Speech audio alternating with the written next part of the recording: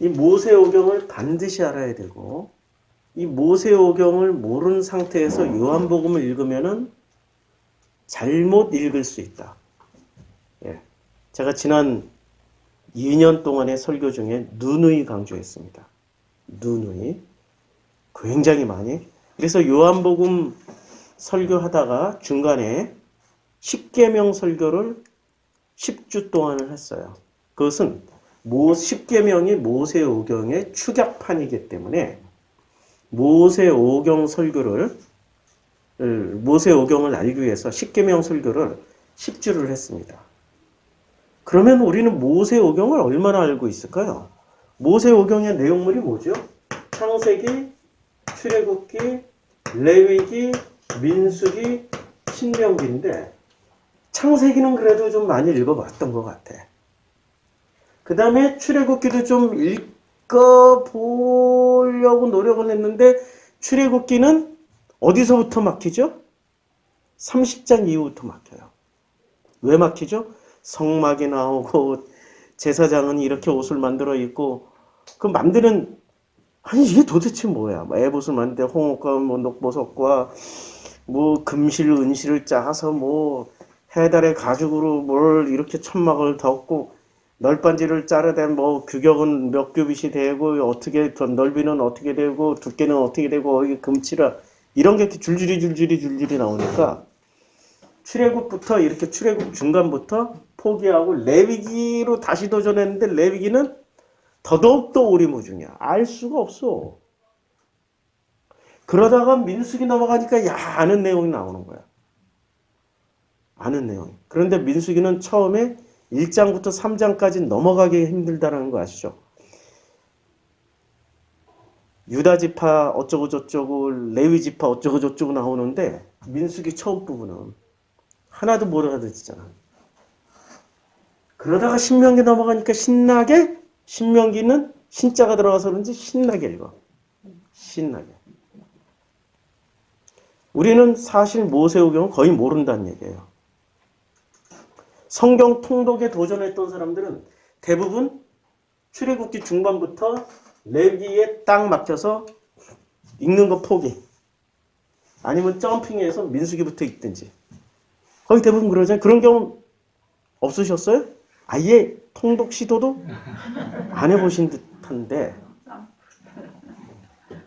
마스크 쓰고 설교하니까 다 괜찮은데 물 마실 때 제가 물을 많이 마시기 때문에 목이 기관지가 약해가지고 자 창출 레민신 중에 우리가 반드시 알아야 될 성경이 있다면은 창세기를 알아야 될까요? 아니면은 출애굽부터 레위기, 민수기, 신명기. 요게 광야 버전이고요. 출애굽, 레위기, 민수기, 신명기는 광야에서 일어난 일이잖아요. 광야에서 일어난 사건을 중심으로 기록한 출애굽, 레위기, 민수기, 신명기를 더 많이 알아야 될까요? 아니면 창세기. 창세기는 광야 이전의 버전이잖아요. 창세기를 더 많이 알아야 될까요? 라고 질문하면 어리석은 질문이죠. 둘 다 중요해요. 그런데 어느 게 먼저 원형일까요? 창세기가 원형일까요? 아니면 광야 버전인 출애굽기, 레위기, 민수기, 신명기가 원형일까요? 광야 버전이 원형이에요. 광야가 원형이라고. 이해가 우리 성도님들이 이해가 되시죠? 근데 처음 온라인 예배를 드리거나 처음 제 설교를 듣는 분들은 이해가 잘 안 될 거예요. 아니 빛이 있으라부터 시작을 했는데 뭐가 광야가 먼저냐고. 일단 상황을 한번 보자고. 창세기는 언제 쓰여졌어요? 아니 창세기는 누가 썼어요? 일단 누가 썼는지 보면 알아. 누가 썼나? 모세가 썼어. 그러면 모세가 가나안 땅 들어가서 썼어요? 광야에서 썼어요? 예, 장소는 왜요? 장소는 광야에서 썼어요. 그러면 어느 게 먼저예요? 출애굽, 레위기, 민수기, 신명기가 먼저 그 사건이 일어나고 기록은 그 광야에서 창세기가 기록된 거죠. 그럼 창세기를 이해를 하려면은 출애굽 상황을 먼저 이해를 해야 그 다음에 창세기가 이해가 되는 거죠. 그런데 우리 성도님들은 하긴 성도님들 책임이 아니고 잘못 가르쳐 주신 그분들 책임이 크죠. 그런데 우리 성도님들은 뭐부터 이해하려고 그랬어요? 출애굽, 레위기, 민수기, 신명기부터 이해하고 창세기를 이해를 하는 게 맞는데 창세기부터 들이다 대고 이해를 하는 거야. 출애굽 상황 속에서 쓰여졌으니까 출애굽 상황 속에서 창세기를 이해를 해야 창세기가 제대로 이해가 되겠죠. 그래서 창세기 설교를 이제 4월 둘째 주부터 할 겁니다. 원래 계획은 4월 첫째 주부터 멋지게 하려고 그랬는데 온라인 예배 때문에 저도 우리 성도님들 얼굴 보고 해야지 온라인으로 설교하면은 저도 그냥 힘이 없어요, 사실은. 왜냐면 우리 성도님들에서 이 눈빛에서 성도님들이 그 표정 하나하나가 사실은 저 설교자하고 이렇게 그 교감을 나누면서 하게 되는 거거든요. 근데 그게 없으면 그냥 딱 정해진 것만 하고 간다고. 근데 우리 성도님들 얼굴 딱 보는 순간 저도 모르게 그 얼굴 속에서 나타나는 수많은 바람들, 소망들 혹은 간절함들이 제가 이렇게 설교를 준비했다 하더라도 방향이 샥 바뀌는 경우가 무지하게 많아요. 그래서 함께하는 분들이 굉장히 설교자에겐 굉장히 중요한 거예요. 자, 출애굽, 레위기, 민수기, 신명기를 알아야 창세기를 이해할 수 있습니다. 순서가. 그러면 우리는 출애굽을 광야 생활, 이제 출애굽만 생각하면은 애굽만 나오면 끝난다라고 생각하는데 중요한 건 애굽만 나오면 끝나는 게 아니라 광야 생활을 해야 되는 거예요. 광야 생활을 해야 되는데 자, 이걸 좀 더 확대해서 설명을 하면은 출애굽, 레위기, 그 다음에 민수기, 신명기가 있습니다. 출애굽은 주로 어떤 상황을 썼어요? 1장부터 15장까지는 14장까지는 애굽 생활을 주로 다뤘죠. 그리고 애굽에서 어떻게 빠져나오는지를 다룬 게 1장부터 14장이고 15장부터 마지막 장까지는 뭘 다뤘어요? 광야 생활을 다뤘어요. 광야 개론이라고 생각하시면 돼요. 광야 개론. 어떻게 성막을 만들게 됐고 어떻게 제사장을 세우게 됐고 이런 것들의 포인트가 맞춰져 있다고. 그럼 레위기는 이제 성막을 만들었고 제사장을 세웠잖아요. 레위들을 세웠으니까 그 레위의 역할에 대해서 제사의 기능에 대해서 설명한 게 레위기예요. 그럼 민수기는 뭘까요? 민수기하고 신명기하고는 뭘까요? 출애굽과 민수기와 신명기와 레위기를 읽어보면은 거의 다 내용이 비슷비슷해. 뭔 얘기하는지 잘 모르겠어. 근데 결정적으로 중요한 내용이 민수기와 신명기에 담겨 있는 거죠. 민수기에서는 주로 어떤 세대를 다뤘냐면 광야 1세대를 다뤘어요. 민수기에서는 거의 광야 1세대를 많이 다뤘다고요. 거의. 그 다음에 신명기에서는 광야 2세대. 신명기는 확실하게 광야 2세대를 다뤘습니다. 그렇죠? 그럼 1세대를 향한 메시지와 2세대를 향한 메시지가 달라야 되는 거잖아요. 근데 출애굽 과정에서 출애굽과 민수기, 광야 1세대, 2세대 사이에 왜 레위기가 왜 들어가야 했을까요? 이게 수수께끼야. 왜 레위기가 왜 들어가야 되죠? 레위기를 다 읽고 나면 레위기대로 살게 되면 뭐가 돼요? 이 사람들은? 아니 레위기대로 레위기에서 말씀하신 대로 다 살게 되면 이 사람들은 뭐가 되냐면 유대교 교인이 된다고요. 그러겠죠? 출애굽 상황을 보면 출애굽할 때는 주로 이 화면에서 지금 동영상 요거 찍는 동영상은 여기까지밖에 안 나와요. 그러니까 요 상황을 보시려면 요 이전 상황을 요만큼을 보시려면 여기 출석하셔야 되는데 예, 할 수 없어요. 여기 요 실시간 중계는 여기까지 다 나와요. 쟤는 광폭이라 여기까지 나오고 이 화면도 저기까지 나와요. 그러니까 좀 더 확실하게 보시려면 실시간 예배 영상을 보시면 돼요. 자, 출애굽할 때 어떤 상황으로 출애굽을 했습니까? 출애굽에서는 가감없이 다 보여주는데 광야 나오자마자 제일 먼저 모세가 했던 행동이 뭐죠? 재혼부터 했어, 재혼. 결혼부터 해버렸어. 세컨드를 얻었다고. 근데 아니 희한하게 왜 결혼부터 해버렸을까? 신기하죠. 새 여자랑 결혼했어. 새 여자랑. 헌 여자랑 산 게 아니라 새 여자랑 결혼해버렸다니까. 예수를 우리는 뭐라고 불러요? 신랑이라고 그러죠. 자, 이제까지 내가 지금 다른 종교인이야. 그런데 예수를 만났어. 그러면 성경에서 그걸 뭐라고 표시할까요? 뭐라고 묘사할까요? 십보라를 버리고 구스 여인을 취하였더라. 이렇게 묘사하겠지. 모세의 행동 하나하나가 굉장히 중요한 행동이라고요. 우린 그걸 해석해내는 거고. 그러니까 모세가 그 광야에서 제일 중요한 게 백성들을 먹여 살리는 거잖아요. 먹여 살리는 것부터 한 게 아니라 결혼부터 해버렸어. 이해가 되지요? 재혼부터 했다니까? 새 여자랑? 그런데 문제는 같은 이스라엘 사람하고 결혼한 게 아니라 누구랑 결혼했어요? 구스 여인, 모세는 구스 여인.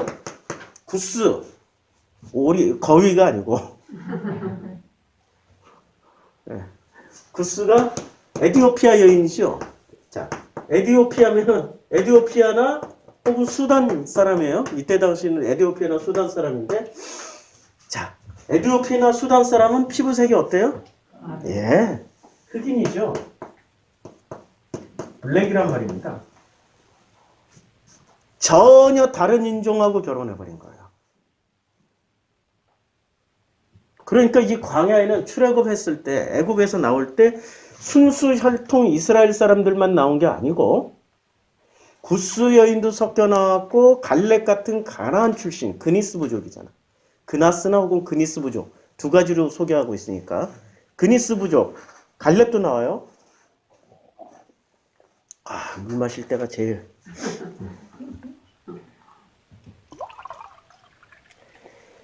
그니스 부족이 나온다고.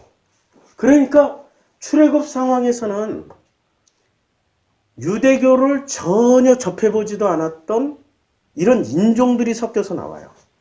이 사람들을 뭐라고 그러냐면 히브리라고 불러. 히브리. 그러니까 히브리는 한마디로 말해서 정예 부대가 아니고 오합지졸이에요. 예수께서 사역을 하실 때 수많은 무리들이 따라오고 있었어요. 그 사람들을 보고 예수는 뭐라고 말씀하셨을까요? 저 목자 없는 양 같은 사람들이라고 그랬어요. 목자 없는 양. 이것을 민중신학에서는 민중이다 이렇게 표현을 했는데 민중이다라고 표현한 것은 자 한국 사람이 민중이다 얘기했을 때는 한국식 개념으로 민중을 이해하면은 일단 단일 민족이야 우리는. 맞죠? 그런데 성경의 상황은 단일 민족이 아니라고. 민중이라고 표현하는 게 맞지 않을 수도 있다는 얘기예요. 여러 족속이 섞여 있는 다민족 사회라고. 민중신학이 나왔던 1970년대, 80년대까지만 해도 우리는 다민족 사회가 아니었어요. 근데 2020년도인 지금은 우리는 다 문화 사회가 됐어. 다민족이라고 쓰지 않고 다 문화라고 쓴다고. 다민족이라는 말 속에는 이미 그 인종 간의 편견이 들어가 있으니까 다문화 사회라고. 대표적인 다문화 사회가 어디예요? 여기 구로동. 세상에 콜센터 확진자 나오기 전까지만 해도 이 다문화 사회가 제일 확진자가 없었다고, 이 동네가. 구로구가 제일 없었다고. 근데 콜센터 한 방에 그냥 확 가버리거든. 콜센터는 거기는 표준 한국어를 쓰시는 분들만 근무하실 수 있는 데예요. 맞죠? 표준 한국어를 쓸 수 있는 데예요. 한국어 능력이 굉장히 뛰어난 사람들만 콜센터에 근무하게 돼 있다고. 다문화 사회에서 이게 바이러스가 퍼진 게 아니라 순수 한국인 사이에서 퍼졌어요. 자, 시브리가 일종의 다문화 사회였어요. 이 시브리란 말 자체가 다문화 사회에서 이 시브리가 드디어 이제 하나의 종교, 하나의 민족이 되려면 어떤 과정을 거쳐야 돼요? 뭐로 어떤 과정이, 민족 개념이 제일 중요한 게 같은 혈통, 같은 언어, 같은 음식물을 먹는 게 더 중요할까요? 아니면 종교가 더 중요할까요? 그거는 어디를 보면 알 수 있냐면 인도를 보면 알 수 있습니다. 인도는 파키스탄, 방글라데시, 인도는 같은 말을 쓸까요? 다른 말을 쓸까요? 같은 말을 써요. 파키스탄, 방글라데시, 인도는 인종이 다를까요? 같을까요? 같은 아리안족이에요. 파키스탄, 인도, 방글라데시는 다른 음식을 먹을까요? 같은 음식을 먹을까요? 다른 음식 먹어요. 방글라데시, 파키스탄은 돼지고기 절대 안 먹어요. 소고기만 먹지. 인도는 소고기 안 먹어요. 돼지고기 먹지. 다르죠? 뭐는 같은데 뭐가 달라? 음식은 달라. 왜 그럴까요? 뭐가 달라진 거예요? 종교가 달라진 거예요. 원래 파키스탄, 인도, 방글라데시는 같은 인도였다고. 같은 인도였는데 독립 과정에서 같은 이 이슬람이 타 종교와 섞여서 사는 것을 그들 스스로가 견디지 못하는 거죠. 그래서 분리 독립을 해버린 거예요. 종교로 인해서 하나의 국가가 인도, 파키스탄, 방글라데시로 세 개로 독립을 해버렸어요. 민족이 중요합니까? 아니면은 종교가 중요합니까? 종교가 같으면 같은 민족이 되는 거예요. 같은 국가, 같은 민족이 된다고요. 자, 시브리는 다문화 사회였다고. 다문화 사회가 하나의 민족으로 만들어지려면은 반드시 뭐가 있어야 돼요? 같은 종교화 과정이 있어야 되죠. 그래서 레위기가 필요한 거예요. 레위기를 순서대로 보면 시브리가 레위기를 통해서 레위기의 내용을 통해서 뭐가 돼요?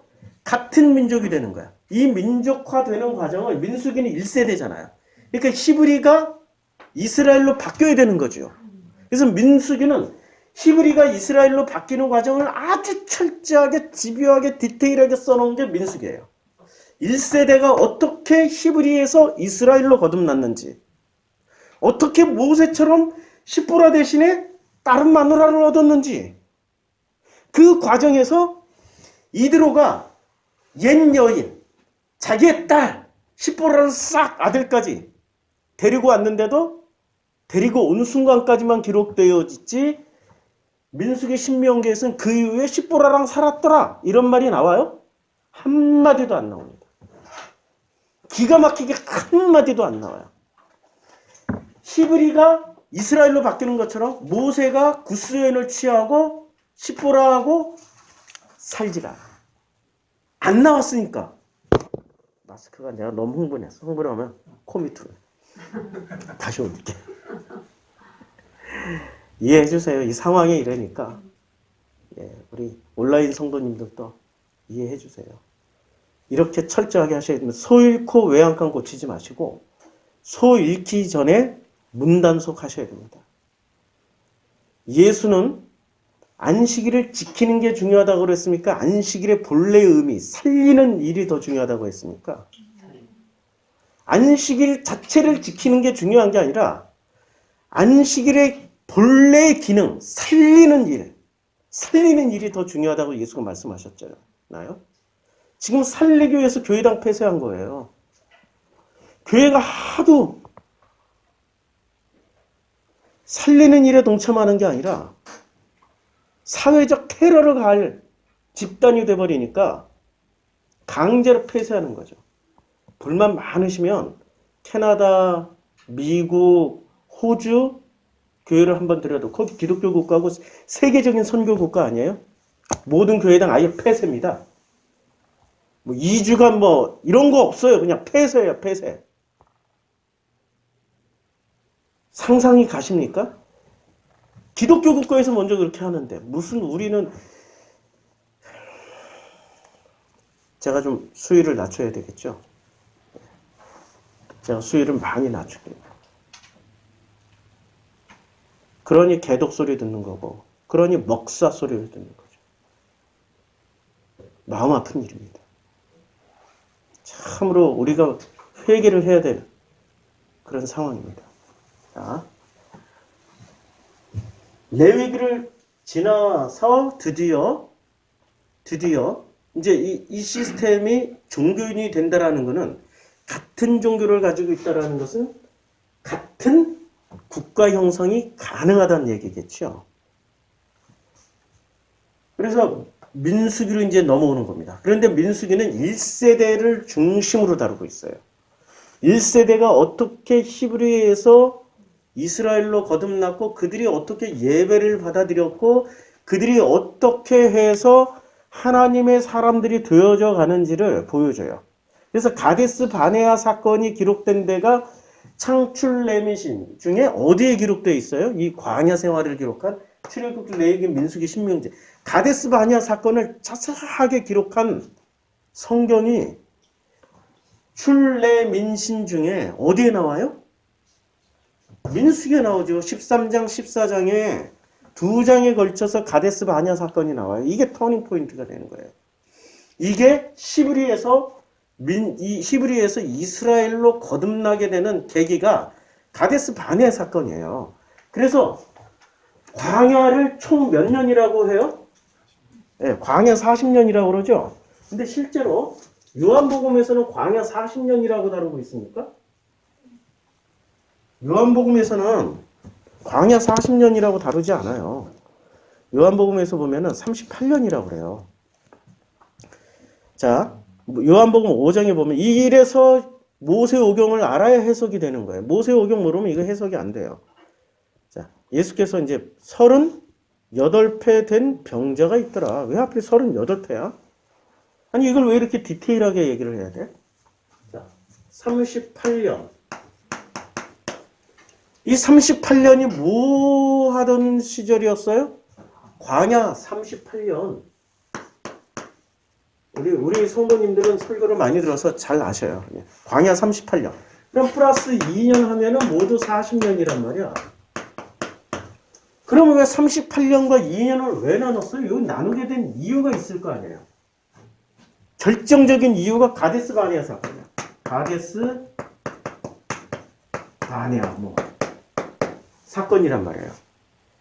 이게 민수기에서 디테일하게 기록이 돼 있어요. 잠깐 다른 성경에서 언급은 했어요.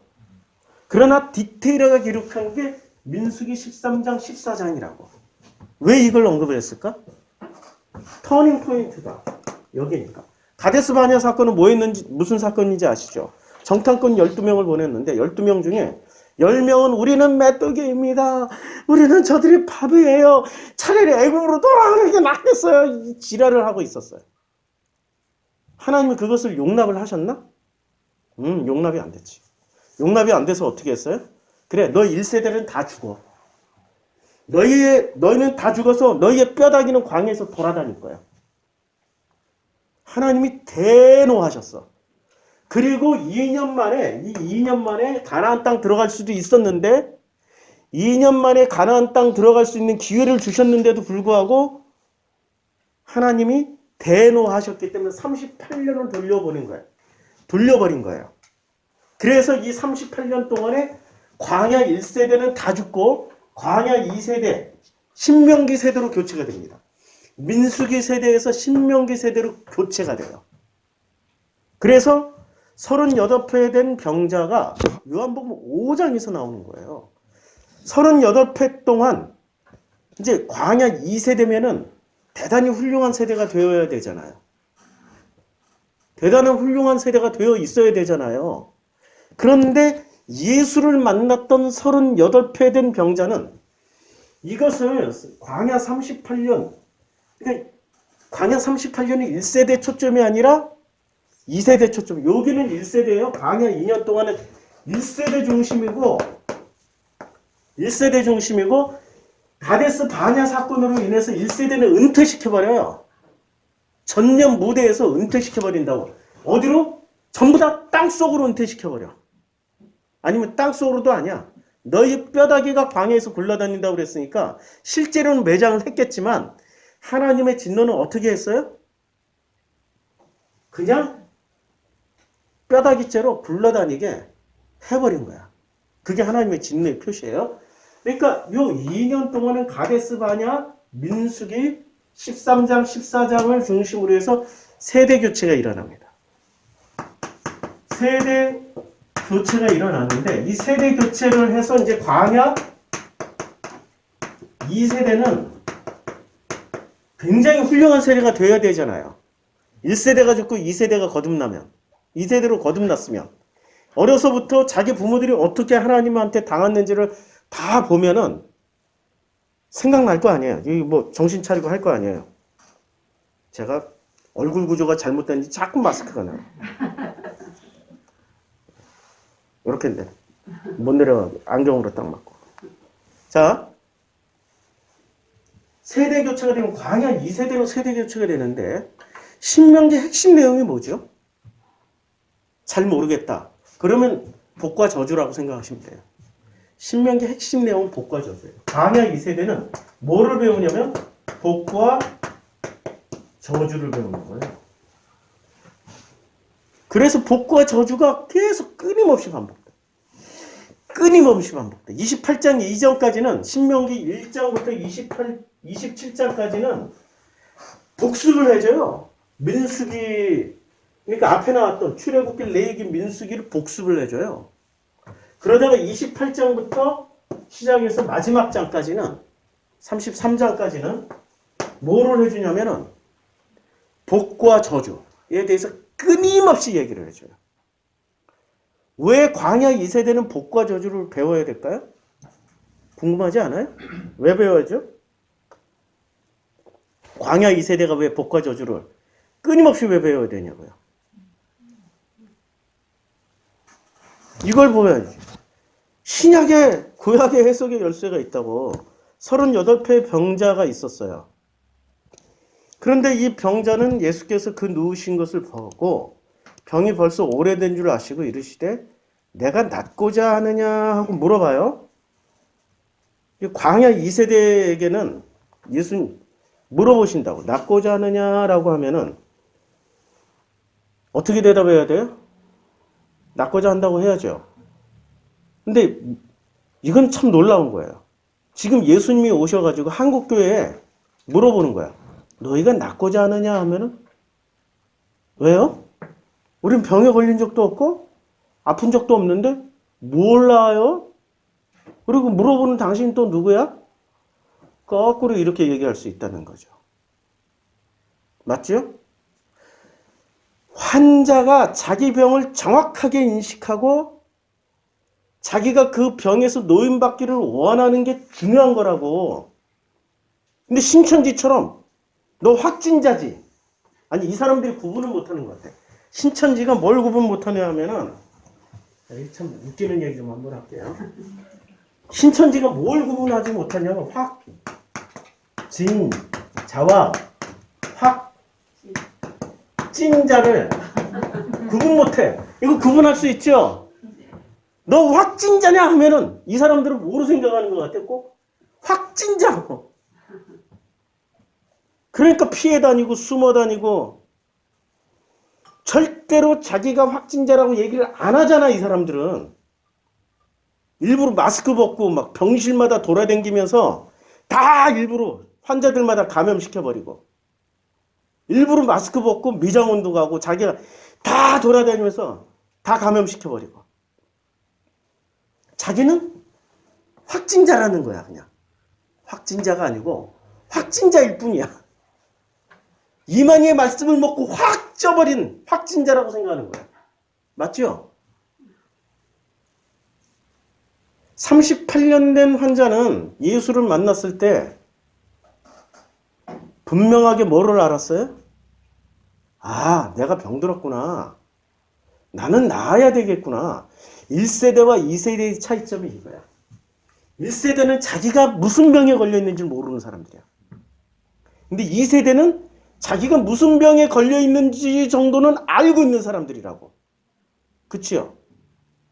아, 지금 38년 된 병자, 이 사람을 통해서 확인시켜 주는 거잖아요. 자, 이 사람이 이제까지 뭐를 했냐면 병자가 대답하여 주여 물이 움직일 때 나를 못에 넣어주는 사람이 없어. 내가 가는 동안에 다른 사람이 먼저 내려가야다. 자, 왜 이렇게 되냐면 그 안에는 많은 병자, 맹인, 다리 저는 사람, 혈기 마른 사람들이 누워. 자, 여기서 예수께서 말씀하셨던 성경이 말씀하는 중요 병명들. 겹치는 병명이 무슨 병이 있어요? 소경. 넘버원이지. 예수께서 오신 목적이 뭐예요? 예, 눈먼 자 보게 하고 못 듣는 자 듣게 하고 앉은 병이 일어나고 문둥병 감각 가지게 만들고 또 죽은 자 살아나고. 자 보세요. 벌써 맹인 첫 번째. 그렇죠? 못 보는 병이에요. 다리 자는 사람, 못 걷는 사람, 혈기 마른 사람. 혈기가 말랐어. 거의 죽어가는 사람. 혈기가 말랐다는 건 죽은 거의 뭐 살았으나 죽어 있는 사람들이 거죠. 그러니까 그 사람들이 누워서 물의 움직임을 기다리고 있는 거예요. 뭐를 하면서? 왜냐하면 천사가 가끔 못에 내려와서 물을 움직이게 하는데 움직인 후에 먼저 들어가는 자는 어떤 병에 걸렸든지 낫게 됩니다. 무슨 내용입니까? 한마디로 말하면 신비주의. 맞죠? 근거 없는 신비주의라고. 지금 이스라엘에는 이런 병자들이 너무 많은 거야.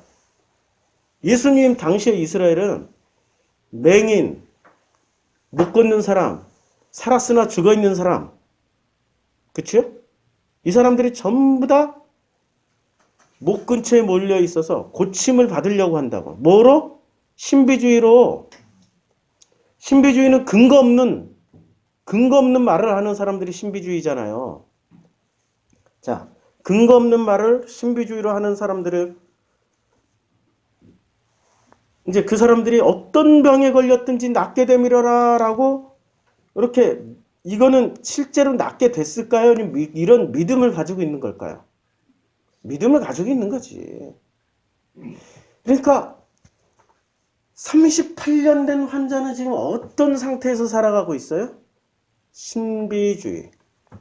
그러니까 신비주의는 뭐를 가지고 사람들은 미혹을 해요? 신비주의가 사람을 미혹하는 가장 큰 미끼가 뭐냐고. 복과 저주 아니야. 그러니까 38년 된 이 가데스 바냐 이후의 세대는 뭐를 가르쳐야 돼요? 신비주의에 빠지지 않게 하기 위해서? 복과 저주의 실체를 가르쳐 주는 거 아니야. 기가 막히게 아구가 딱딱 맞아 떨어지잖아요. 성경에 우연이 없다고. 성경 배열 하나도 너무 놀라울 정도로 배열을 해놓은 거죠. 이것을 누가 설명해 주고 있냐면 예수님이 다시 다 설명을 해주고 있잖아. 어디서요? 요한복음에서. 그러면 요한복음에는 족보가 나와요? 안 나와요? 안 나오죠. 그런데 족보가 제일 많이 나오는 성경은 어디에 많이 나와요? 아니, 창출 레민신 중에. 창출 레민신, 모세 오경 중에. 이제 창세기죠. 그러면 마태, 마가, 누가, 요한복음 중에 족보가 마태가 족보가 나오고 누가가 족보가 나오죠. 그럼 마태하고 누가는 어디를 기준으로 해서 썼어요?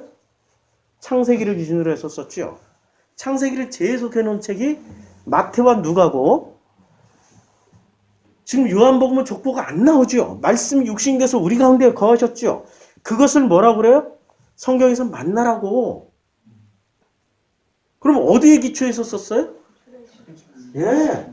출애민신, 광야 성경, 광야를 기초로 해서 쓴 게 요한복음이라고.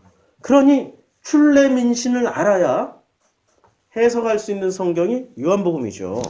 아니, 4장만 하더라도, 자, 보세요. 지금 요한복음 총정리하는 거예요. 재밌죠? 이런 어디서도 못 들어보는 거죠.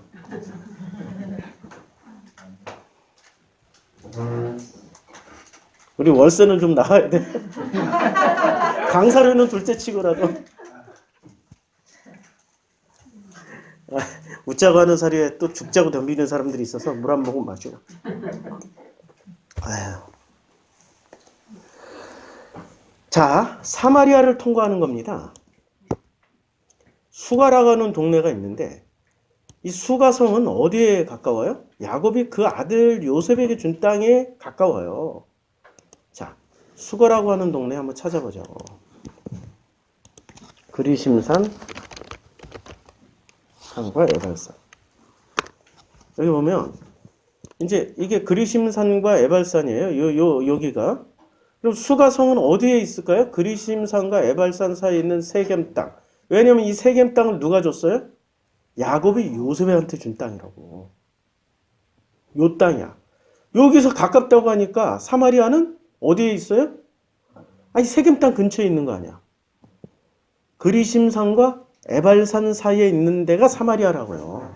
아니, 수가성이라고, 수가성. 수가성. 사마리아 여인이 살고 있었던 수가성이라고. 예수가 왜 4장에서 사마리아 여인을 왜 만나요? 이상하죠? 뭔가 의도가 있을 거 아니야. 자, 요한복음 1장에서 보면, 요한복음 1장에서 예수 만나서 거듭난 사람이 있어요? 없죠? 아니, 요한이 예수에 대해서 증언하고 외치고, 뭐, 나는, 그래서 뭐, 어쩌고 저쩌고, 뭐, 나보다 앞선 거 어쩌고 저쩌고 하면서 뭐, 그러다가 나는 그의 신발끈을 뭐, 들기에도 이렇게 감당치 못하겠노라 해서 이분이 거듭난 줄 알았더니, 마태복음 11장 가서는 예수를 의심하잖아. 오실 그분이 당신 맞냐고? 오실 그분이 당신 맞냐고? 근데 요한복음은 왜 그 기록은 안 써놨어? 요한복음은 출애민신의 광야 생활에 기초해서 썼고, 마태복음은 창세기에 기초해서 썼으니까 관점이 다른 거죠. 나중에 다시 한번 창세기 할 때 상세하게 복음서하고 거꾸로, 요한복음 할 때는 출애민신의 끊임없이 인용해서 설교를 했지만, 이제는 창세기를 할 때는 마태, 마가, 누가, 요한복음, 복음서를 인용해서 거꾸로 할 거예요. 기대가 되지요. 예, 기대 많이 하셔도 돼요. 이제까지 들어보지 못했던 창세기 설교를 할 겁니다. 자, 그러니까 요한도 거듭나지 못했어.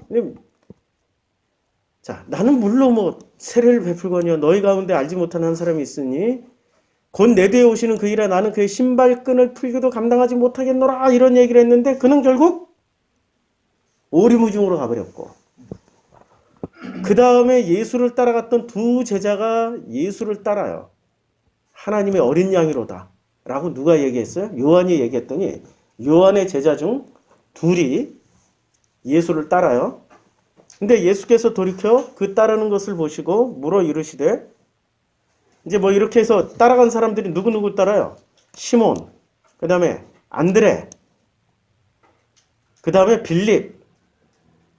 자, 여기 빌립, 이런 사람들이 따르고 있단 말이에요.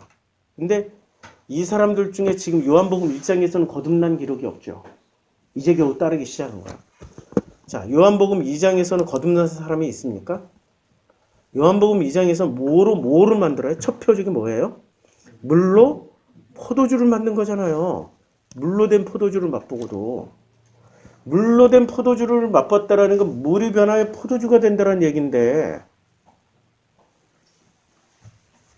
시브리가 변하여서 이스라엘로 바뀐다는 얘기인데, 이걸 알려줬는데도 거듭나지 못하잖아요. 시브리에서 지금 이스라엘로 바뀐 사람이 없단 말이야. 어떻게 해요? 이들의 시스템. 뭐로 하나가 돼요? 이제까지 레위기로 하나가 되는 거죠. 종교 시스템으로 인도가 원래 하나의 나라인데 인도, 파키스탄, 방글라데시로 분리가 됐죠. 무엇에 따라서? 종교 때문에. 종교 때문에. 종교 때문에 지금 또 분리 독립을 하려고 하는 인도 지역이 있어요. 어디요? 아쌈. 아쌈 지역 사람들은 인도에 속해 있는데 국가는 인도야. 생긴 건 누구랑 똑같이 생겼어요? 우리 저기 앉아있는 우리 성도님하고 똑같이 생겼어. 우리 얼굴하고 똑같이 생겼다고. 아쌈 지역 사람들은. 거기 가면 전부 한국 사람들이야. 전부 동양인이라고 우리랑 똑같이 생겼어요. 그런데 그쪽 지역 사람들은 종교가 뭐? 우리랑 똑같이 생겼으니까. 무슨 종교? 불교. 그래서 독립하려고 그러죠. 아쌈주가. 아쌈주에서 제일 많이 나오는 게 뭐예요? 차가 제일 많이 나와요. 아쌈주에서. 그러니까 결국에는 같은 말, 같은 문화, 같은 인종이 국가를 형성하는 게 아니라 종교가 국가를 형성하는 거예요. 자, 그래서 레위기를 반드시 거쳐야 돼요. 출애굽 백성은 레위기를 반드시 거쳐야 히브리에서 이스라엘로 거듭나는 거예요. 이것을 상세하게 디테일하게 설명해 준 게 1세대와 2세대의 이야기 민수기와 신명기를 통해서 상세하게 설명을 해줘요. 근데 신명기에서 핵심 키워드는 복과 저주잖아요. 왜? 38년 된 환자가 뭐를 붙잡고 살았다고? 신비주의. 그거 굉장히 무서운 거예요. 신비주의 출신 계시잖아. 신비주의 출신들. 이 동네 제일 많아. 김기동 있지. 이재록 있지. 저 밑에 윤석전 있지. 희한하게 신비주의는 구로구로 다 오네. 이야. 전 세계를 흔들고 있는 신비주의는 이 동네로 다 오네. 구로구 옆에 영등포구에 가면은 조용팔 목사님 계시잖아. 시대의 신비주의. 전부 거기 가면 뭐를 구해요? 저주는 말아해 주시고 복을 구하고. 다 똑같아. 신비주의는 어쩜 그렇게 전부 다 낚시 미끼가 똑같은지 몰라. 복과 저주라고. 기가 막히죠? 이 신비주의가. 이 신비주의가 바뀌는 것을 광야 2세대를 통해서 보여주는 거예요. 이들이 어떻게 신비주의를 버리고 가나안 땅에 들어가서 목숨까지 내걸 정도의 자, 전쟁은 축복인가요? 저주인가요? 우리는 이제 축복이라는 거 알지? 근데 2차 세계대전 유교를 경험하신, 특히 유교를 경험하신 한국 기독교인들은 저주를 피하기 위해서 빨갱이 잡자 그러지, 지금. 기독교인이라 할지라도 속이 빨가면 저건 빨갱이야. 라고 믿고 있어요, 그분들은. 그래서 아직도 반공사상에 쪄들어 있다고. 왜냐면 전쟁은 저주라고 생각하거든요. 이게 세대 교체를 시켜줘야 돼요. 자, 사마리아 여인이 이제 2장. 이제 지금 이게 지금 광야를 이해를 해야 광야 출래 민신을 이해를 해야 이해할 수 있는 거예요. 예수께서 뭐라고 말씀하세요? 너희가 이 성전을 헐라. 내가 사흘 동안 일으키리라. 그치요? 그러면서 유월절날 예수님이 뭐라고 말씀하셨습니까? 예수께서 확 노끈으로 채찍을 만드사 양이나 소를 다 성전에서 내쫓으시고 돈 바꾸는 사람들의 돈을 쏟으시며 상을 엎어버리셨어요. 아니 왜 하필 양이나 소를 다 성전에서 내쫓을까? 지금 이 성전 안에는 잘 보세요. 어떤 사람들이 들어와 있어요? 자, 성전 안에서는 누구 있냐면 소와 양과 비둘기 파는 사람들과 돈 바꾸는 사람들이 앉아있는 것을 보시고 노끈으로 채찍을 만드사. 자, 소, 양, 비둘기 제일 먼저 뭐를 쫓았어요? 양이나 소를 성전에서 다 내쫓았어요. 양이나 소는 짐승이죠. 짐승이잖아. 레위기에서는 짐승은 어떻게 해야 돼?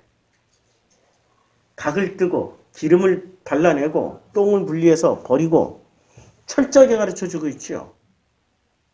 그러면 이것들이 성전 안에 있을 때는 어떤 형태로 있어야 돼?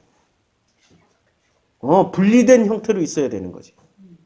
살아있는 채로 있으면 안 되는 거지. 맞죠? 성경에서 짐승의 재료와 사람의 재료가 같아요. 똑같은 흙으로 만들었어요. 이렇게 짐승이 사람으로 바뀌어야 돼. 1세대가 2세대로 바뀌어야 되고 히브리가 이스라엘로 바뀌어야 되는 거예요. 짐승이 사람으로 바뀌어야 된다고 같은 패턴이라고. 출애굽을 이용하면 이해를 하면은 히브리가 이스라엘로 거듭나야 된다고. 히브리가 이스라엘로 거듭나야 된다고. 히브리에서 이렇게 쓸게요. 이스라엘로 거듭나야 되는데 이것을 지금 2장에서는 어떻게 말씀하고 있어요? 짐승에서 사람으로 거듭나야 돼. 그런데 그 성전 안에 뭐만 가득해요? 해체되지 않은 짐승들이 빠글빠글 움직이고 있다고. 그 다음에 또 어떤 사람들이 있어요? 돈 바꾸는 사람들이 앉아있는 거야. 뭐죠? 이건 돈 바꾼다. 탐욕이죠. 이 사람들은 돈 바꾸는 사람들은 복 받았다고 생각할까요? 저주 받았다고 생각할까요? 땡 잡은 거지. 성전 안에서 돈 바꿀 환전상을 할 수 있다는 건 대단한 특권이란 말이에요. 돈을 긁어 모으는, 돈 놓고 돈 먹게 하는 게임이 아니야. 뭐 심각한 노동을 하는 것도 아니고 무슨 산재 당할 일도 없고 아주 어떤 위험에 처해서 정말 자기가 이 지하철 지나갈 때 그 틈에 끼어서 죽을 일도 없고 앉아서 돈만 바꿔주면 돼. 돈만. 얼마나 편하네. 이 사람들은 분명히 축복이라고 생각했는데 예수님 그걸 어떻게 해버렸어요? 뒤집어 엎어버렸어. 한마디로 말해서 히브리가 이스라엘로 거듭나지 못했고 1세대가 2세대로 다시 태어나지도 못한 걸 그대로 보여주는 거예요. 그러다 보니까 이 사람들의 모습을 그대로 보여주는 게 참 지금 요한복음 5장에서는 뭐로 나타나요? 38년 된 병자로 나타나는 거지. 얼마나 대단한 논리적 연관을 가지고 이 요한복음이 쓰여졌는지 소름 끼치죠. 3장에 확실하게 얘기죠. 바리새인 중에 니고데모라 하는 사람이 있었는데 유대인의 지도자야. 바리새인 중에 바리새인이란 얘기야. 근데 이 사람이 거듭났냐? 안 났죠?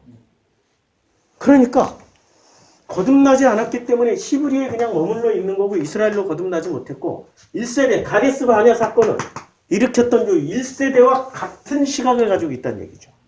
그러니 1세대는 누구를 받아들여요? 1세대는 아니 옛 마누라를 받아들이잖아. 이드로가 데려오니까 십보라를 받아들이고 이드로의 시스템 1000부장, 100부장, 50부장, 10부장 시스템 그대로 받아들이잖아요. 그치요? 1세대가 받아들인 게 그걸 받아들였다고. 1000부장 시스템을 받아들였다고. 애굽의 시스템을 그대로 받아들였다고. 미디안 제사장의 시스템을 그대로 받아들였다고요. 1세대는 본인들이 뭐가 뭔지를 모르고 있는 거야. 그치요? 거듭나지 않았다는 얘기죠. 그러니까 거듭나지 않은 유대인이 등장해야 되는 거죠. 3장에서. 맞잖아요. 논리적 연관성이 너무나도 기가 막히죠. 자, 그래서 거듭나지 않은 사람. 이 사람이 예수께서 뭐라고 말씀하세요? 진실로 진실로 내게 이르노니 사람이 거듭나지 아니하면 하나님 나라를 볼 수 없다. 거듭나야 돼. 히브리에서 이스라엘로 1세대에서 2세대로 거듭나야 돼. 가데스 바냐 사건에서 이제는 다 죽고 2세대로 거듭나야 된다고. 그래서 1세대로 죽고 2세대로 거듭난 것은 뭐라고 얘기를 해요? 거듭나지 아니하면 하나님 나라를 볼 수 없다. 그는 니고데모는 어떻게 늙으면 어떻게 날 수 있습니까? 다시 들어가야 됩니까? 그때 거듭남을 사람의 물과 성령으로 나지 아니하면 하나님 나라에 들어갈 수 없다. 그러면 1세대가 죽고 2세대로 거듭난 것은 무슨 물과 성령으로 거듭났다고 그랬죠. 자, 광야에서 히브리가 이스라엘로 거듭났는데 물과 성령으로 거듭나는 거죠. 자, 물로는 한번 거듭났잖아요. 홍해를 건넜으니까. 그치요? 그럼 성령으로 어떻게 거듭나? 만나를 먹으면서 만나에 다른 거 하나님은 허락하셨어요? 지들끼리는 야매로 몰래 처먹었을 수 있을지 몰라도 고기 달라 그러면은 이들이 원하는 고기를 줬어요? 메추라기 줘버렸지. 만나 외에 메추라기 외에는 공식적으로 먹으면 안 돼. 무슨 얘기예요? 진짜로 거듭나려면은 자기의 모든 습관이나 관습을 다 깨야 된다고. 그게 물과 성령으로 거듭나는 거라고.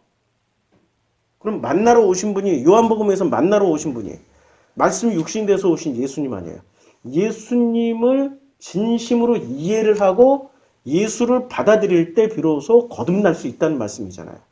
이건 당신을 향한 말씀이라고. 근데 알아듣나? 못 알아듣지.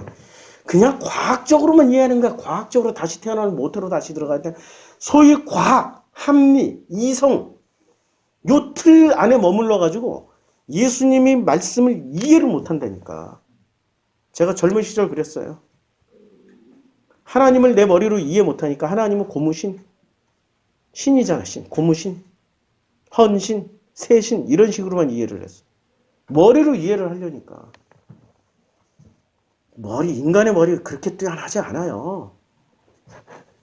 마음 하나도 제대로 이해 못하는 게 인간인데, 그리고 자기 습관 하나도 못 바꾸는 게 인간인데, 자기 습관 하나도 못 바꾸고 어떻게 거듭났다라고 얘기를 해. 내 습관이 바뀐다니까 거듭나면? 자기 뇌 구조가 바뀌고 마음판이 바뀌기 때문에 확 바뀌어요. 얼마나 고집센 사람들이 얼마나 고집센 줄 아세요?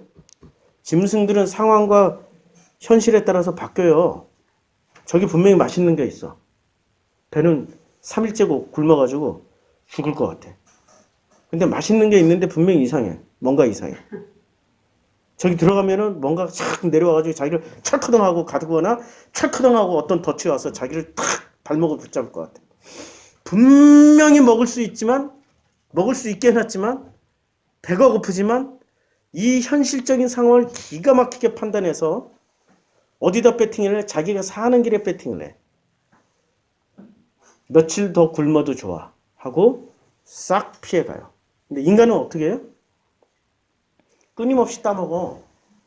어디 저주인데도 그걸 복이라고 믿고 끊임없이 짐승 팔고 성전에서 짐승 팔고 돈 받고 그러잖아요. 그래왔던 사람들이라고. 하나도 못 바꾸는 게 인간이야. 바꾸지 않고 누구를 바꾸려고, 자기는 안 바꾸고 누구를 바꾸려고 그래요?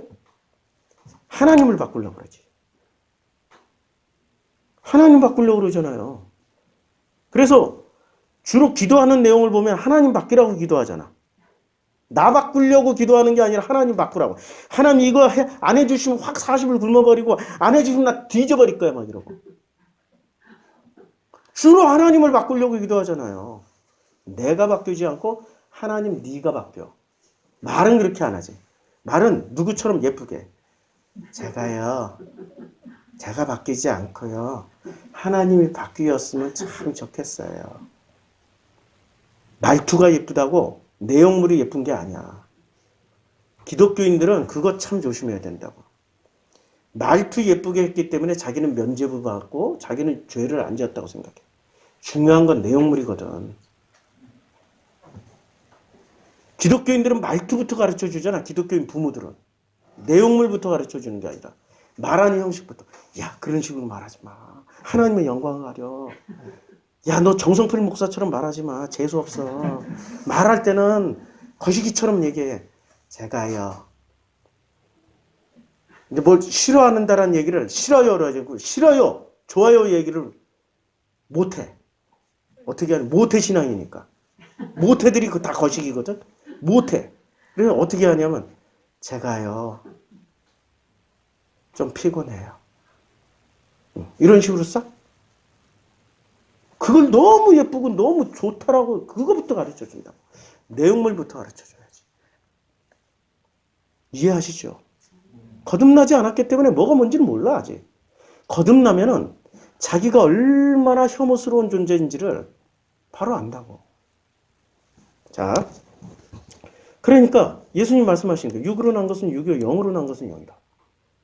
야, 너희들은 전부 다 육으로 났어. 영으로 나야 돼. 내가 내게 거듭나야겠다는 말을 놀랍게 여기지 마. 하나도 거듭난 인간이 없어요. 1장 없지, 2장 없지, 3장 없지. 근데 4장에서 확 누가 거듭나 버렸어요?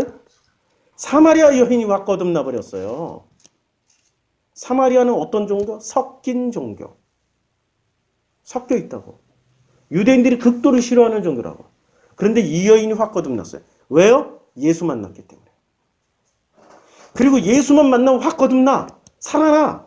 5장에서 38명자가 왜 거듭났어요? 물속에 들어갔기 때문에? 천사를 만났기 때문에? 아니야.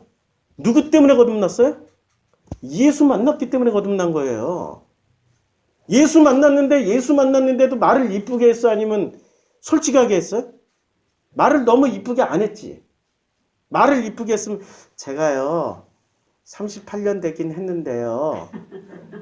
좀 아프긴 한데 괜찮아요. 저 물속에 저를 예쁘게 했다니까?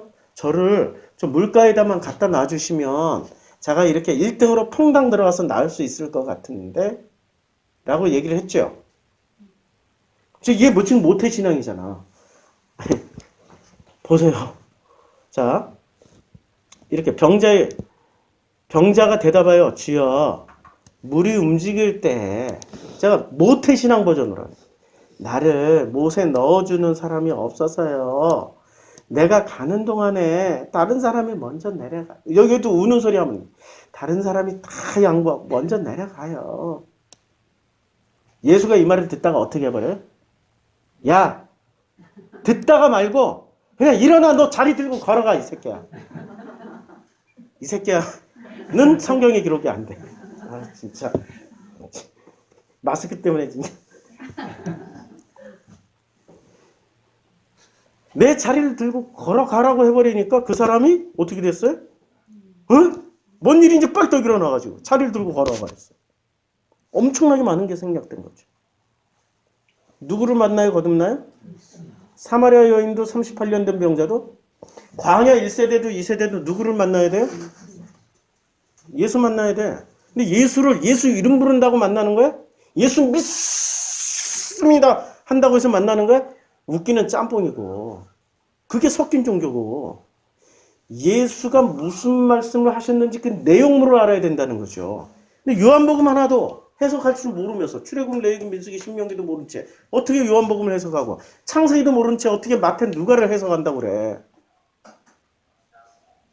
예수는 철저하게 예수가 하셨던 말씀을 어디서 다 인용했어요? 광야 생활할 때 광야의 말씀을 그대로 인용해서 다 말씀하셨다고. 특별히 신명기. 그렇죠? 이렇게 예수님이 오신 거는 세대교체. 태초에 천지창조는 아버지가 하셨고 아들이 세대교체에서 왔잖아. 그러니까 민수기에서 인용해야 돼요? 신명기에서 인용해야 돼요? 신명기에서 그래서 인용하는 거라고. 놀랍죠? 성경 보면. 기가 막히죠. 근데 우리는 이런 것도 모르고 성경을 그냥 무조건 읽기만 하면 되는 줄 알아. 무조건 읽으면. 무조건 읽다 보면 뭐가 돼요? 신천지대. 그 무슨 주 장로 있잖아요. 성경 뭐 일독사관학교를 CTS인가 CBS인가 해서 일독사관학교를 꽤 오랫동안 하신 성경을 이분은 그냥 100번 통독을 하시고 뭐 성경 읽는 박사라고 읽기에는. 이분이 결국엔 어디로 넘어갔어요? 신천지로 넘어갔잖아. 무조건 읽는다고 거듭나는 게 아니라고요. 성경을 암기하는 사람들이 있다고요. 유대인들. 그분들이 거듭나서요? 안 거듭난다니까. 예수를 알아야 되는 거지. 예수가 했던 말씀이 어떤 말씀을 했는지를 그 내용물을 알아라고. 내용물을. 그래 내용물을 지금 해석하는 거예요. 자, 이제 다시 4장으로 넘어가서. 자, 사마리아에 이제 38년 된 환자가 지금 5장에 나와요.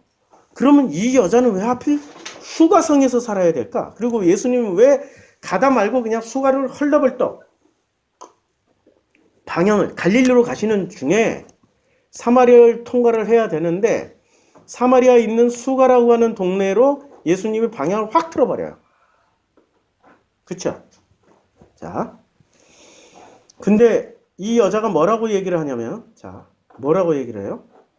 우리 조상 야곱이 이 우물을 우리에게 주셨고 또 여기서 자기와 자기 아들과 짐승이 다 마셨는데 당신이 야곱보다 더 크니까 자 이상해. 아니 우리는 우리나라 정서상 우물물은 누구만 마셔요? 사람만 마셔야 되잖아. 근데 우물물을 지금 누가 마셔요? 자기 아들들과 짐승들이 같이 먹고 있어. 이 여자는 놀랍게도 사실을 얘기한 거야. 2장에서는 성전에서 짐승과 돈 바꾸는 사람들이 공존하고 있었는데도 불구하고 이들은 어떻게 생각해요? 분리했다고. 저것들은 짐승이고 같은 성전 안에 있으면서도 우리는 축복받은 고귀한 자들이라고 분리를 하고 있었다고. 예수님이 그걸 똑같이 취급해서 노끈으로 다 엎어버리고 다 내쫓아버리고 뒤집어 엎어버렸다고. 너희들 똑같다고. 근데 사마리아 여인은 지금 어떻게 얘기를 해요? 아들과 짐승들이 다 마셨는데 라고 나오잖아요. 누가 더 정확한 현실 인식을 하고 있어요? 사마리아 여인이지요. 유대인들이 아니라고. 현실 인식이 정확해야 예수를 만날 때 확 거듭난다고. 요한복음 3장에서 니고데모는 현실 인식을 정확하게 했어요. 왜 못했죠? 과학적 사고 때문에. 합리적, 이성적, 논리적 사고 때문에. 못 거듭나. 왜냐면 바리새 중에 바리새니까. 목사 중에 신학자 중에 신학자는 어떤 생각을 해요? 니고데모처럼 생각한다고. 그런데 사마리아 여인은 바닥 인생이잖아. 바닥을 살아야 거듭날 수 있다고요. 제가 어제 우리 밴드에 글 하나 올렸잖아요. 무슨 글을 올렸어요? 밴드에? 자, 밴드에 어떤 글을, 왜 이렇게 가입을 많이 하셨네. 참 감사하네. 야, 우리 많이 가입하셔서 그 사이에 막 가입을 많이. 제가 글을 2개를 어제 올렸어요. 후배, 김재훈 전도사. 난지도라는 동네에서 태어나가지고 어린 시절 쓰레기와 함께 살았어요. 태어나서 그가 어떻게 난지도가 들어오고 그 난지도에 쓰레기 더미가 쌓이면서 주변에 아름다웠던 강물이 시냇물에 물고기가 어떻게 죽어나가는지를 다 경험했고 그런데 그 난지도에 교회가 하나 들어온 거야. 그 목사님 대단하시죠. 냄새 난다고 안 들어갈 텐데 그들과 함께 생활하시면서 최소한 김재훈 전도사 하나는 건졌어요. 학교 후배로 입학을 했어요. 8, 9학번. 그럼 나이가 52이나 지금 53이나? 이 정도 됐겠죠. 그런데 전도사 시치 받아놓고 신학도 제대로 다 했고 전도사 시치도 다 받았고 근데 목회를 하지 않고 노가다를 했어요. 현장을 뛰었다 그냥. 온몸으로. 얼굴 보면 겁나 좀 무서워. 아니 나보다도 더 형님 같아. 이거 막 겁나 그런데 그 현실을 산 사람이 무슨 고백을 하는지 한번 보라고요.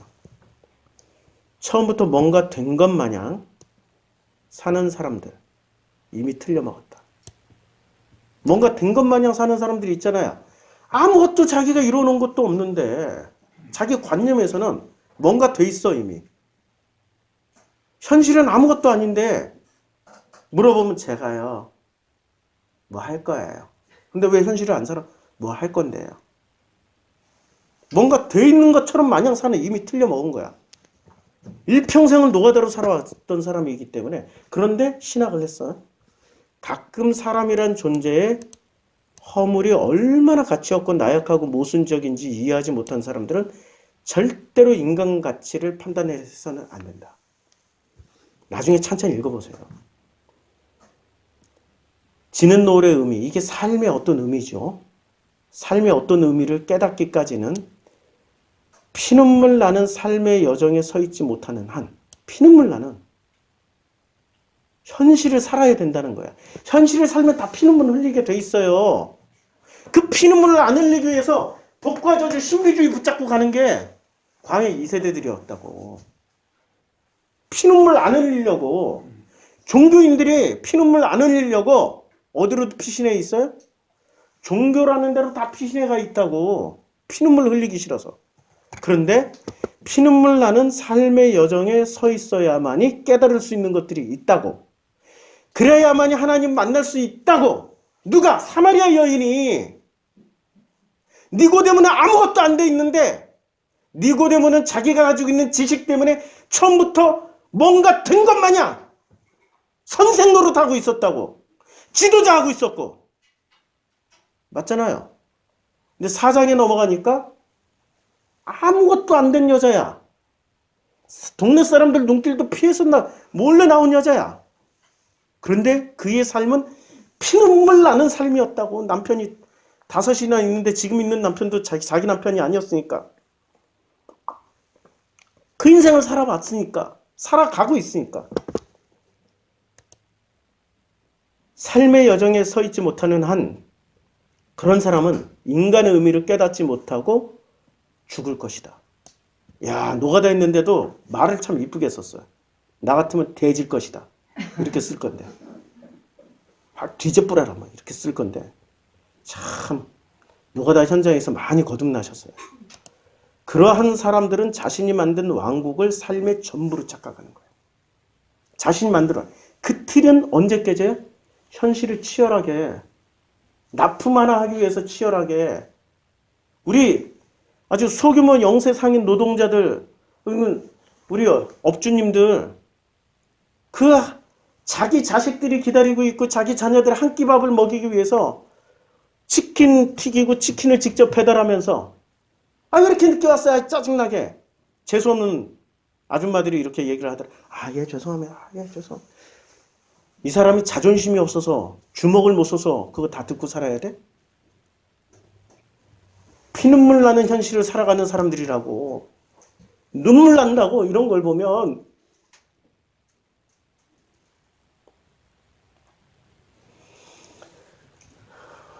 그런 삶을 살지 않고 관념으로만 사는 사람들은 자기 자신이 스스로 만들어 놓은 왕국을 삶의 전부로 착각하고 자기가 그 왕국의 왕이 되어 있기 때문에 결단코 그 왕국을 깨뜨리기 싫은 거예요. 깨뜨리기 싫은 거라고. 뭐 할래? 저요 아버지 밑에서 일할 거예요. 안 해. 뭐 할래? 저 알바 구해서 일할 거예요. 안 해. 삶을 안 살아가. 현실을 안 살아가. 철저하게 피하고 도망가고 어디로? 자기 왕국 속으로만. 이미 뭔가 된 것처럼 쪼가리 지식 몇 가 가지고 니고데모 발꿈치도 못 따라갈 쪼가리 지식 몇 개 가지고 자기가 뭔가를 왕국을 만들어 그 속에 싹 숨어버렸어. 그걸 자기의 삶의 전부로 착각한다고. 마지막에 죽을 때 안다고. 죽을 때 지는 노을의 의미를 죽을 때 비로소 깨닫는다. 그땐 늦어. 돌이킬 수가 없다고. 눈물 젖은 빵을 먹어보지 못한 사람은 그저 양육강식의 터전일 뿐 그 이상의 의미는 없다. 또 하나. 철도청에 근무하다가 얼마 전 귀농해서 귀농일기를 쓰고 있는 선배님이세요. 예. 저보다 한 4년 선배님이신데 이분이 이제 초보 농사꾼이에요. 농사를 지으면서 이제 이분이 쓰신 글이에요. 농사를 지으며 한 가지 불만이 매번 땅을 갈아야 한다는 단순한 것이었다. 하지만 이게 왜 또? 하지만 다음 것을 심을 것에 따라 그 땅은 갈아야 한다. 아니 농사를 지으려면 매년 봄마다 땅을 갈아엎어야 돼. 다음 것을 심으려면 또 갈아엎어야 돼. 또 갈아엎어. 한 번만 갈면 끝나는 줄 알았더니 또 갈아엎고 또 갈아엎고 또 갈아엎어야 돼. 땅은 갈아엎어야 밭이 되고 밭이든 논이든 땅을 갈아엎어야 밭이 되고 논이 되는 거예요. 그러니까 우리는 기독교인들은 어떻게 생각해? 한 번만 갈아엎으면 된다고 생각하죠? 광야 생활을 뭐라고 한 번만 갈아엎었어요? 매번 갈아엎잖아요. 1세대 갈아엎고 2세대도 갈아엎고. 맞죠? 계속 갈아엎어야 된다. 우리가 진심으로 옥토밭이 되려면 계속 내 삶의 전체 여정이 갈아엎어지는 땅이 돼야 된다고. 왜 한 번으로 끝내려고 그래? 그게 욕심이지. 그게 착각이지. 그것을 저주라고 생각하는 거지. 갈아엎어지는.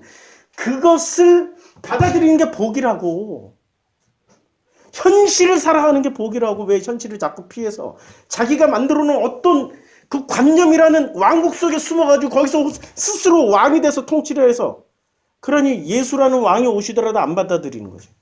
예수 아멘 믿습니다만 하지 실제로 내용물은 예수가 왕이 된 적이 없다고, 신랑이 된 적이 없다고. 신랑과 신부로 살아가는데 어떻게 신부가 지 뜻대로만 살아가? 신랑이 물도하라 그러면 물도가 되죠. 신랑이 아이씨 자기 오늘 집이 왜 집구석이 이러냐, 좀 깨끗하게 좀 치워라, 치워야 되는 거고. 지 뜻대로 못 살아간다고 신랑과 신부가 됐으면 아가씨 때는 지 뜻대로 살 수 있다고. 신랑과 신부로 묶여있는 이상은 그 다음부터는 신랑의 뜻을 보고 자기 주장도 할 수 있다고. 맞잖아요. 혹시 자기 뜻대로 사는 무서운 분이 여기 계세요? 예? 우리 저 아내가 되신 분들 중에 자기 뜻대로만 살아가는 무서운 분들이, 그런 거 절대 아니라고요. 아직 요한복음 총정리 지금 5장도 채 못 갔네. 계속 자, 짐승이 또 여기서 자기와 아들들과 짐승이 다 마셨는데 당신 야곱보다 더 크니까? 근데 예수께서 대답을 어떻게 하냐면 이 물을 다 마시는 자마다 다시 목마려니와 내가 주는 물을 마시는 자는 영원히 목마르지 아니하리니 내가 주는 물은 그 속에서 영생하도록 솟아나는 샘물이 되리라. 할렐루야. 이게 지금 복음을 설명한 최고의 명언이세요. 예수의 복음을 딱 한 번 봤잖아요. 영원히 갈급이 안 돼. 제가 K 목사 설교를 들을 때 너무너무 뛰어난 지식이야. 열심히 들었어요. 로마서 강해, 산상수훈 강해, 비유 강해, 심지어는 예배소서 창세기 강해 뭐 다 찾아 다 들었어. 그런데 들으면 들을수록 목말라. 그리고 또 그분이 또 설교 중에 또 들려주세요. 이런 설교 많이 하셨거든. 또 듣고 싶고 난 그게 복음인 줄 알았어. 또 듣고 싶고 자꾸 끌고 가게 만들어. 자꾸 그거든. 복음은 딱 한 번 듣잖아요. 그걸로 더 이상 갈급하지가 않아. 목마르지가 않다고. 넉넉해져. 그 다음에 뭐지가 아니야. 그 한 번 들은 걸로 내 삶을 그냥 살아간다고. 이해가 돼요? 복음과 짝퉁은 갈급하면 복음이 아니야. 복음이 아니기 때문에 계속 듣게끔 하게. 학원 강사 같다고. 종교는 학원 강사나 드라마 끝장면 같다고. 드라마 너무 재밌게 봐. 근데 이거 이 다음이 뭐지 하는데 거기서 딱 끝내. 미스터 트롯도 마찬가지. 야야야 여기서 끝날 것 같은. 다음이 뭐지? 그 다음 1등이 뭐지? 끝까지 그거 가지고 또 보게 만들어버려. 한 번으로 딱 끝내는 게 아니라니까요. 학원 강사들이 그러잖아요. 얘가 끝까지 지금 몇 달째 끊어야 되니까 한 방에 다 안 가르쳐줘. 찔끔 다음이 궁금하게 또 오게끔 만드는. 뛰어난 설교자들이 그렇게 하시는 거죠. 뛰어난 설교자들이. 복음이 아니니까. 복음은 여기서 딱 들으면은 일주일 내내 갈급하지가 않아. 그냥 그 말씀대로 살아가기 때문에 괜찮아. 체험하고 계시잖아요. 그렇게 살고 있잖아 지금. 그랬더니 여자가 구하는 거야. 주여 그런 물을 내게 주사 목마르지도 않고 또 여기 물길로 오지도 않게 하옵소서라고 말씀했어요. 그리고 이제 남편 얘기하고 우리 조상들은 이제 여자가 이르되 주여 내가 보니 선지자로소이다. 우리 조상들이 이 산에서 예배하였는데 이 산에서 당신들의 말은 예배할 곳이 예루살렘에 있다 하더이다. 근데 예수께서 이르시되 여자야 내 말을 믿으라. 이 산에서도 말고 예루살렘에서도 말고 너희 아버지께 예배할 때가 이르리라 라고 말씀하고 있어요.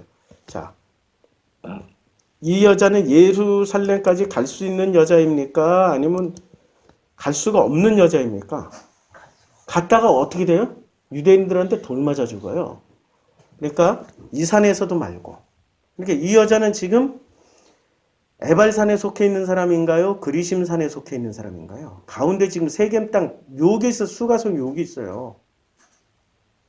지금 왜 느닷없이 신명기의 28장이 왜 여기서 나오냐고. 요한복음 4장에서 왜 나오냐고.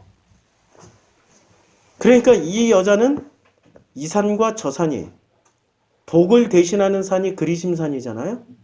저주를 선포하는 산이 에발산이고, 그럼 이 여자는 어디서 예배를 드려야 돼요? 복을 받기 위해서는? 예, 그리심산. 또 저주를 면하기 위해서는 어디서 예배를 드려야 돼요? 에발산. 그럼 예수가 말할 땐 이 산에서도 말고 저 산에서도 말고 어디서 예배 드린다고요? 예? 어디서 예배 드린다고? 너희가 아버지께 예배할 때가 이르라. 아버지께 예배를 하려면 반드시 누구를 만나야 돼? 아들이신 예수를 만나야 양자 입양이 되잖아. 그래서 그 아버지를 만날 거 아니에요? 너희는 알지 못하는 것을 예배하고 우리는 아는 것을 예배하노니 이는 구원이 유대인에게서 남이라. 이게 무슨 말일까? 유대인에게서 남이라. 아니, 구원이 유대인에게로부터 왔다란 얘기예요? 아니면은 유대인도 구원 받는다란 얘기예요?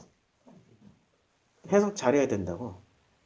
이거 해석 잘못해가지고 지금 온누리교회 같은 데는 뭐라고 합니까? 온누리교회에서 제일 신임하고 제일 많이 소개하는 분이 누구세요? 김감독 아니야, 김감독. 예루살렘 성전 짓자고 하는 사람. 이 말씀을 잘못 이해하니까. 근데 예수님이 뭐를 했어요? 예루살렘 성전을 헐어버렸잖아요. 그러면 유대인에게서 구원이 날 수가 없는 거지. 왜냐하면 유대인은 철저하게 유대인이 구원을 줬다 안 줬다가 아니라 유대는 어떤 상징물로 써먹고 있어요? 1세대라고 히브리라고 이들이 지금은 히브리 되어 있고 이건 1세대라고 거듭나야 된다고. 히브리에서 이스라엘로 거듭나야 되고 1세대에서 이스라엘 2세대로 거듭나야 되고 축복과 저주를 이 사람들은 혼돈하고 있고 예수께서 그걸 가르쳐 주잖아요. 그래서 아버지께 참되게 예배하는 자들은 영과 진리로 예배할 때가 오나니 곧 이때라. 신령과 진정으로 예배드리는 거예요. 하나님은 영이시니 예배하는 자가 영과 진리로. 영이라고 번역하지 말고 마태복음 5장에 이미 심령이 가난한 자는 복이 있다. 같은 단어 쓰고 있거든요. 심령이 뭐예요? 마음. 하나님은 마음이시니 예배하는 자가 마음과 진리로 예배를 드리게 되면 돼요. 마음이 우리가 예수 믿는 목적이 뭡니까? 축복받고 저주를 피하기 위해서 예수 믿나요? 아니에요. 예수 믿는 목적은 하나님 나라. 그럼 하나님 나라는 뭐 하는 나라예요? 행복한 나라. 예수 믿는 목적은 행복하기 위해서 믿는 거잖아요. 축복을 왜 받고 싶어요? 행복하기 위해서 축복받고 싶은 거잖아요. 저주는 왜 피하고 싶어요? 행복하지 않으니까 피하고 싶은 거 아니에요. 예수 믿는 목적은 행복하기 위해서예요. 믿어지시죠? 받아들여지시죠? 제가 물어볼게요. 행복하십니까? 행복하셔야 돼요. 행복하지 않으면 내가 예수를 진심으로 못 만났구나. 근데 어떤 놈은 행복하다고 믿어. 자기가 자기 관념의 왕국을 만들어 놓고 그 속에서 자기가 왕이 돼 있으니까. 그건 행복이 아니고 만족이라고 하는 거야. 만족. 만족과 행복을 구분하지 못해. 왜냐면 행복을 체험해 본 적이 없어. 행복이라는 것을 체험해 본 적이 없으니까 행복을 모르니까 만족 정도로 자기 인생을 그걸로 세팅하고 그걸로만 가고 싶은 거야. 만족. 그래, 이 정도면 난 만족해. 아, 괜찮아. 이 정도면 만족해. 아니라니까 행복은 다른 개념이에요. 완전히 다른 개념이에요. 행복은. 행복을 체험해 본 사람만이 행복을 알 수 있는 거지. 아무리 내가 행복을 설명해줘도 그 사람의 행복을 맛보지 못했으면 절대 이해할 수 없어요. 가난에 처해도 행복하고 죽음이 내 앞에 와도 행복하고 내 지나온 삶이 그렇게 비참했어도 나는 행복하고 행복이라는 건 인간이 생각하는 신비주의에서 말하는 복과 저주의 개념하고 다른 거라고. 행복하시냐고요. 행복하셔야 돼요. 누구 만나서요? 예수를 만나셔야 돼요. 예수의 형식이 아니라 예수가 예쁘게 말하는 인격자 예수를 만나지 말고 예수의 인격만 본받자고 하잖아요. 예수를 마치 지금 유교의 성인군자로 만들어 놓고 그런 예수 아니라고 유교화된 예수. 예수 어디 성인군자 벌써 요한복음 2장에서 상 뜯어 붓고 사람들 내쫓아버리고 욕하고 지랄했는데. 그렇잖아요?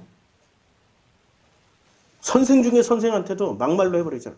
너 거듭나야 돼. 그게 어디 인격자냐고. 예수는 인격을 전하러 오신 분이 아니고 행복할 수 있는 길과 방법을 다 가르쳐주러 오신 거예요. 그 내용물까지. 어디에 기초해서? 민신에 기초해서. 자, 그랬더니 여자가 이르되 메시아 곧 그리스도다. 여자가 깨달았어요. 깨달아 버렸다고. 예수 만나니까 깨닫잖아. 5장에서도 예수 만나니까 38년 된 습관을 싹 버리고 한 방에 들고 일어나서 걸어버렸어. 4장에서도 거듭나 버렸어. 어떤 사람이 거듭나요? 4장에서는 사마리아 여인, 지금으로 치면 신천지가 거듭나 버린 거예요. 놀랍게도 재수없게 유대인들 입장에서 보면 신천지가 거듭났고 5장에서는 38년 된 환자 새끼가 거듭나 버렸어. 놀라운 일이 벌어지고 있는 거예요, 지금. 정통 유대교에서는 한 명도 거듭나지 못했다고. 유대교 중에 선생도 거듭나지 못했다고, 예수 만나서. 에발산과 그리심산과 에발산. 이 사이에 이 여자는 뭐를 깨달은 걸까요? 그렇구나. 축복과 저주는 요 가운데 세겜 땅 수가성. 바로 하나였구나. 할렐루야 하고 깨달아버린 거예요. 자기는 지금 저주받은 상황이지만 저주받은 상황이 이건 인간들의 기준이고 예수 만나고 나니까 뭐가 돼버린 거예요? 이걸 통해서 내가 예수 만났으니 가장 행복한 사람이구나. 행복 전도사가 돼버린 거죠. 믿어지십니까? 요한복음은 예수께서 오신 요한복음이 소개하고 있는 예수는 그런 예수예요. 행복하라. 행복하라고. 노래 틀어주고 싶지만 저작권법에 걸려서 노래 못 틀어주고 양화대교, 자이언트, 양화대교 꼭 들어보세요. 내용이 너무 눈물 나. 아빠가 운전사였어. 아들이 전화하면 어디야 아빠 그러면 나 양화대교. 근데 자기가 어느 날 또 자기 아들한테 전화가 오는 거야. 성장해서. 이 아들이 성장해서. 아빠 어디야 하면 나 양화대교. 그러면서 자기 아빠가 자기에게 했던 말을 깨닫기 시작하고 아들한테 돌려주는 거야. 아들한테. 아프지 말고 행복하자. 아프지 말고 행복하라. 후렴구절 양화대교. 참 눈물. 그 노래를 들으면은 어쩌면 예수님의 마음이 그렇게 느껴지는지. 아프지 말고 행복하라. 아프지 말고 행복하자. 양화대교가 아니라 이 세상에서. 양화대교가 아니라 이 세상에서. 우리 사모님은, 최영희 성도님은 밴드에 양화대교 좀 올려주세요. 다 좀 들을 수 있게. 요한복음 총정리 오늘 4장 5장까지 했습니다. 총정리. 차라리 확진자가 되면은 지금이라도 병상 넘쳐나기 전에 지금이라도 확진자 돼가지고 병상이 그나마 여유가 있을 때 얼른 들어가는 게 나아. 근데 본인이 확진자라고만 생각하는 거예요. 확진자가 아니라 확진자 신천지처럼 병원에 어떻게든 안 들어가는 게 그게 구원받는 길인 줄 알고 수많은 사람들에게 민폐를 끼치는 거죠. 오늘날 교회가 왜 이렇게 됐을까요? 예수 못 만나서 이렇게 된 거 아니에요. 입으로만 불렀지, 입으로만 시인했지 마음으로 나온 게 하나도 없다고. 예수를 만나야 된다고. 요한복음은 철저하게 1장부터 5장까지 예수 만나라고 말씀하시는 성경입니다. 예수 만나면 사마리아 여인처럼 목마르지 않는 영생의 물을 마시면서 살게 되는 거고, 요한복음 5장에 38년 된 병자였지만 그 자리를 들고 방금 전까지 아팠던 사람, 움직일 수 없던 사람이 뻘떡 일어나서 휙 걸어버려요. 믿어지시죠? 예수 만납시다. 예수 만나야 해결됩니다. 기도하겠습니다. 우리 이 시간에 정말 예수 좀 만나게 해주시라고 소리 지르면 비아리 튀니까 마스크 쓰고 있어도 조용하게 기도합시다. 그러나 간절히 예수 만납니다. 기도하겠습니다. 아버지 하나님, 예수 만나 주시옵소서. 아버지 하나님,